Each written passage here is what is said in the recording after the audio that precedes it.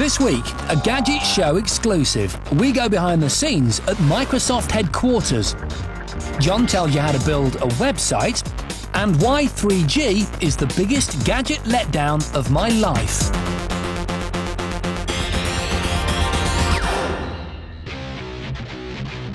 This is Seattle, a port on the west coast of the USA. It's where Nirvana and grunge music came from. But now it's one of the most expensive places in America. It's home to Boeing, the largest aircraft manufacturer in the world, Amazon.com, and of course, they love their coffee. There are also 2,500 software firms here, and one has managed to touch the lives of all of us, Microsoft. They provide software for 90% of the world's computers, so it's little wonder the campus is vast. In fact, getting around requires you to catch a bus. Being allowed access to Microsoft HQ is a really big deal. We've had to go through loads of different processes before this trip was sanctioned. It's certainly not open to the public, although they've been visited by government officials from every country. Chairman Bill Gates started the company 30 years ago, and today he's still known as Chief Software Architect. He's apparently the most emailed man in the world. He's also one of the richest. For the last financial year, the company reported net revenue of nearly $37 billion. Over 30,000 employees and contractors are based here in Seattle, but they're all pretty camera shy.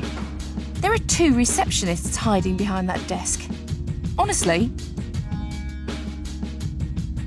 as one Microsoft employee explained, visiting the campus with a camera is like walking into a bank with a gun. But despite this extraordinary level of security, we were allowed an amazing amount of access, even dining in one of their 25 canteens, and I can exclusively reveal there were plenty of chips, but no spam. We were shown lots of the gadgets and gizmos that they're keen to get us to buy today, but more than anything, we wanted to see what they were planning to develop in the future. At the heart of the operation, close to Bill's own office, is this, the Microsoft eHome. It's where Microsoft try out the technology that they believe will become a part of our lives. Having achieved their original vision of a PC on every desk and in every home, you have to believe all the prototypes in here are going to happen for real. Join me later when I'll give you an exclusive tour of the home of the future. Hi, house, I'm home.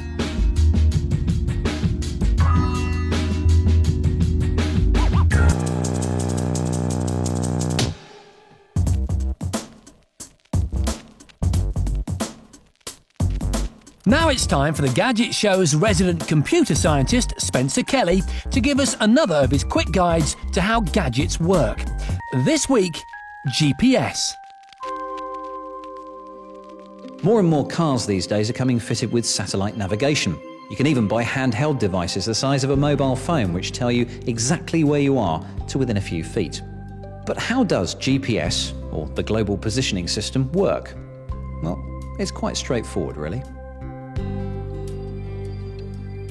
So there you are, in the middle of nowhere, with no idea about where you are.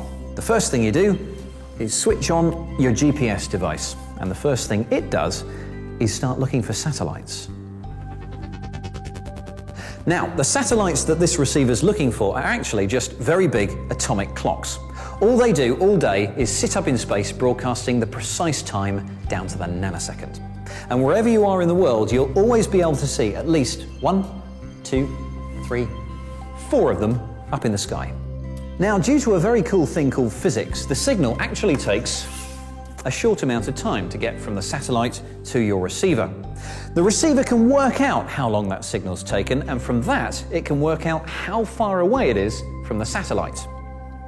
Now, on its own, that's not incredibly helpful. It only tells you that you're somewhere on a big circle around that satellite.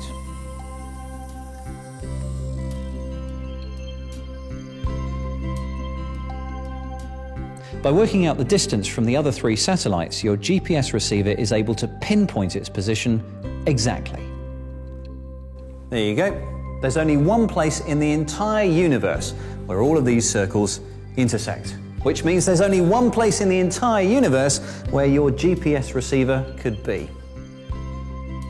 But a word of caution, all 30 GPS satellites are owned and operated by the US military, which means if at any time they decide it doesn't suit their purposes for us to be using them anymore, they can switch them all off, just like that.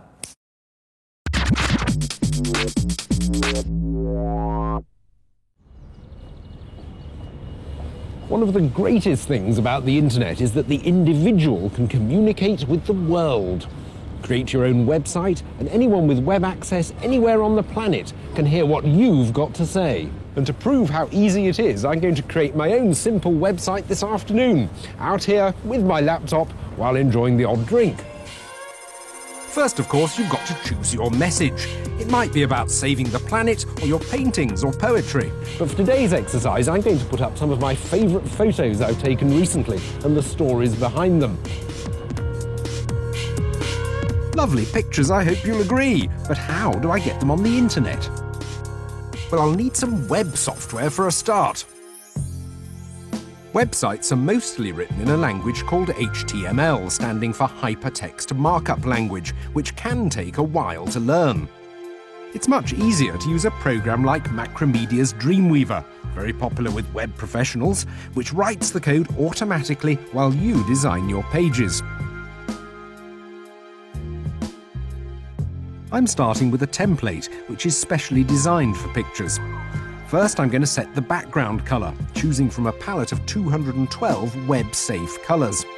After some indecision, I settled on black. Creating the text bits of your web pages is just like using a word processing program, except the web software steers you towards the sorts of fonts that everyone has on their computer. I'm going for Arial in a nice shade of red, with white for my main headings. Photos on web pages are usually small files, so they download quickly. I can use Photoshop's handy Save for the Web option to make mine smaller. Then I simply copy and paste the photos onto my page. A website is made up out of loads of pages, and linking them together is crucial. You can make these links out of words or pictures. Clicking on the pictures on my home page will take you through to my other pages. Using the Pictures Properties box, I can drag a link across to any of them, which are all listed here on the right. I can also make external connections.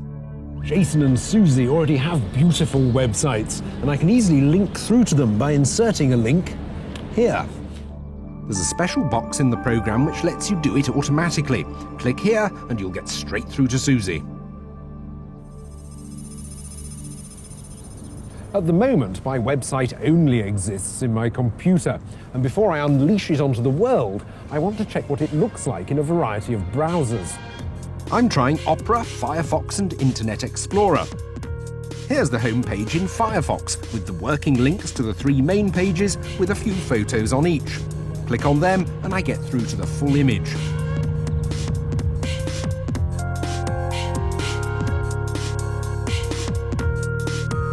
All's well, so it's time to upload my new site somewhere everyone can find it. Initially, I've used the free web space that comes with my internet account. Dreamweaver includes the necessary file transfer software. Problem is, my free space comes with a web address anyone looking for my site would be hard pushed to remember. Much better to buy a more memorable domain name for a few pounds. Actually, I've got johnbentley.com already, so I'll use that. Anyone typing it into their browser will be directed straight to my new website. Of course, this is only an extremely modest start. What's great, though, is that after just a couple of hours, I've got a functioning website up and running. So, what are you waiting for? Don't just sit there in front of your computer. Talk to the world with it.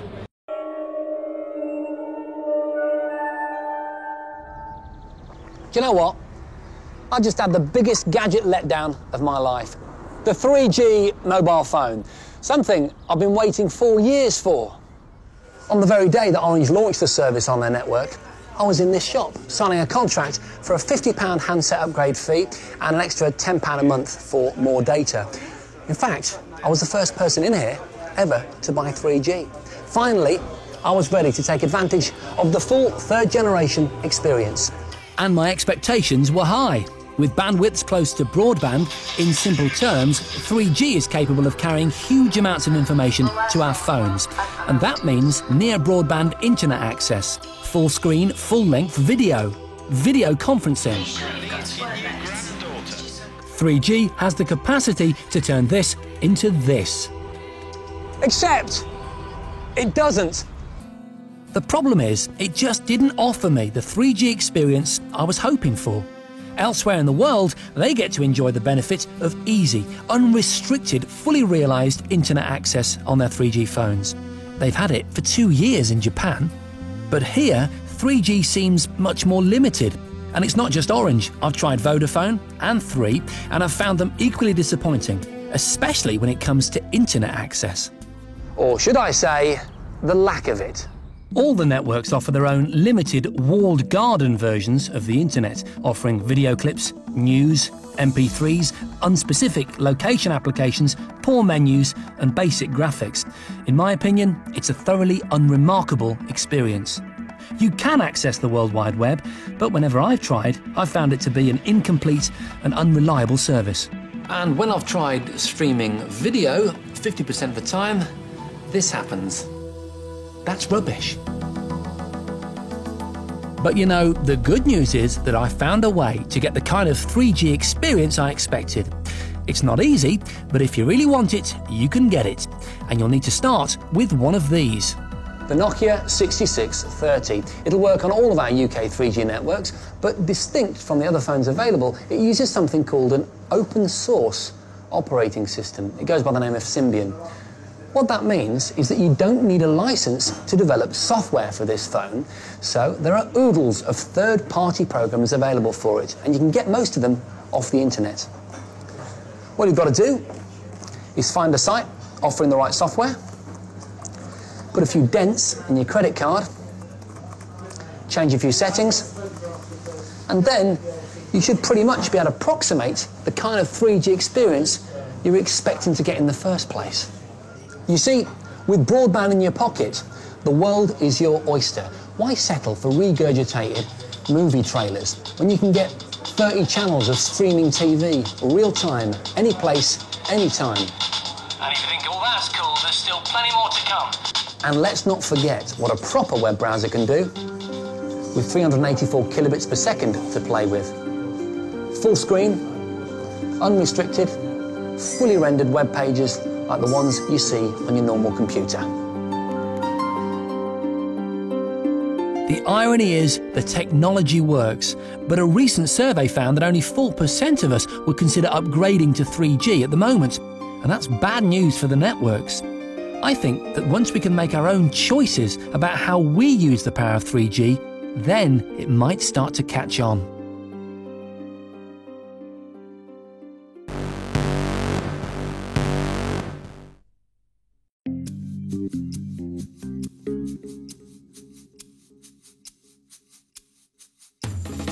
The trouble with computer hard drives is that they're not a 100% safe place to store your data. A vicious virus could corrupt your precious files beyond repair.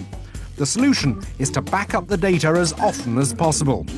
You may have seen the restore function in Windows System Tools, which undoes harmful changes and restores settings. But what else can you do to protect yourself? Burning to CD or DVD is the cheapest way of permanently saving important files. A single-sided DVD costs around £3 and can hold about 5 gigabytes of information. That's enough for around 4,000 high-quality photos. If you need to back up even larger files, like your entire music collection for instance, then use a removable hard drive. A 35 gigabyte drive costs about £100 and plugs in via USB. The computer detects the new drive, so all you have to do is save your files onto it, unplug and put it safely away. Our favourite way of protecting data is to get someone else to do it for you. There are companies that specialise in data backup, with the cost depending on the number of files you wish to save. Companies like DataBarracks will access your PC via your broadband connection, check your files for changes, and then automatically back them up. Just register, download their free software, and tell them when to log into your system. There's nothing worse than losing a lengthy document or a once-in-a-lifetime picture, so back 'em up!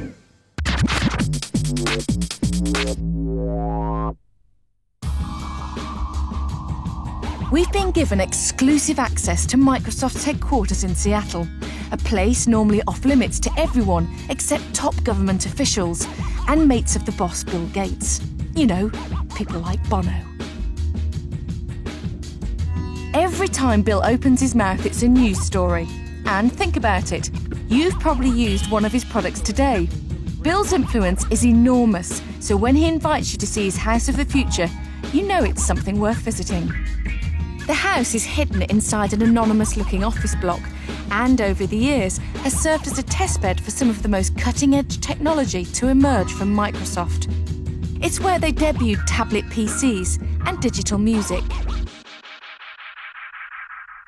Let's go in. You'll unlock the front door with something you'll never lose, your palm. No more fumbling for keys. Hi, house. I'm home. The home will listen to you all the time using microphones spread through the rooms, while sensors will respond to the daylight outside and create just the right conditions. This room controller allows you to set the ideal scene. Plus, you can also listen to any messages that visitors may have left you while you were out. And, no, it's not a projector. The clever bit is actually behind the paint. Television on. As you'd expect, the focal point, the TV, is a fully integrated media centre, certainly a step on from the one that we saw earlier. It's an all-singing, all-dancing machine where everything from your DVDs to your music can be streamed wirelessly from a PC in another part of the house. But this TV doesn't just entertain. It'll remind you about upcoming bills, control things like room temperature, and let you keep track of your family through shared calendars and GPS. Microsoft believe that in the future we will still be loving our bits of paper and our memorabilia and postcards. However, the family bulletin board may be made of intelligent fabric like this, a digital bulletin board. It's designed to react to what's pinned on it, so a party invitation will come with its own electronic tagging, which will not only let you reply directly, but will also let you know how many other people are going and remind you about other things you need to arrange.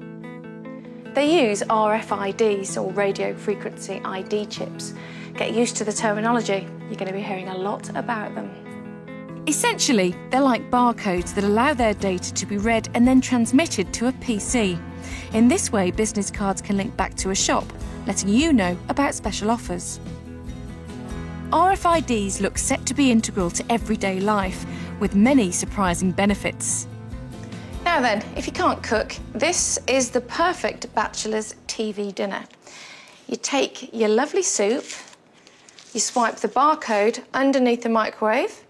The microwave instantly recognises how long the product needs to cook and does everything for you.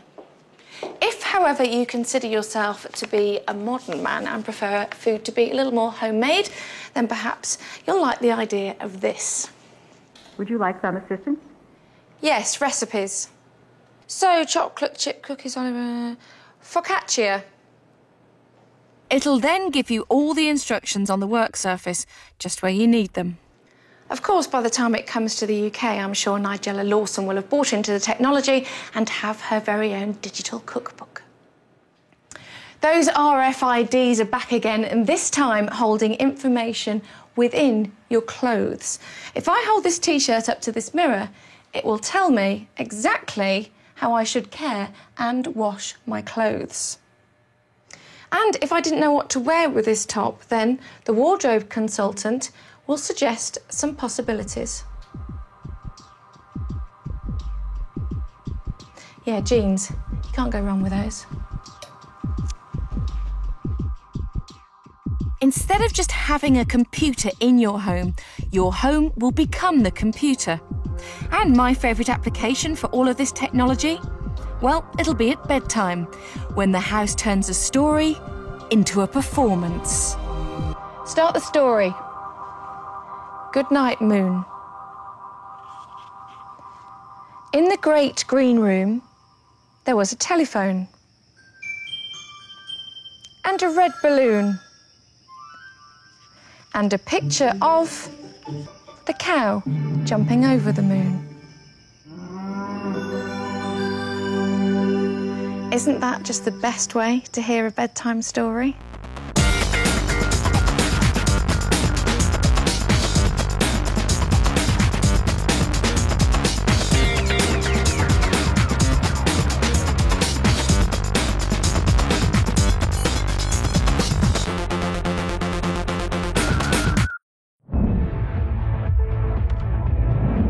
When it comes to RAM, we recommend a minimum of 512 megabytes. A gigabyte, though, is better.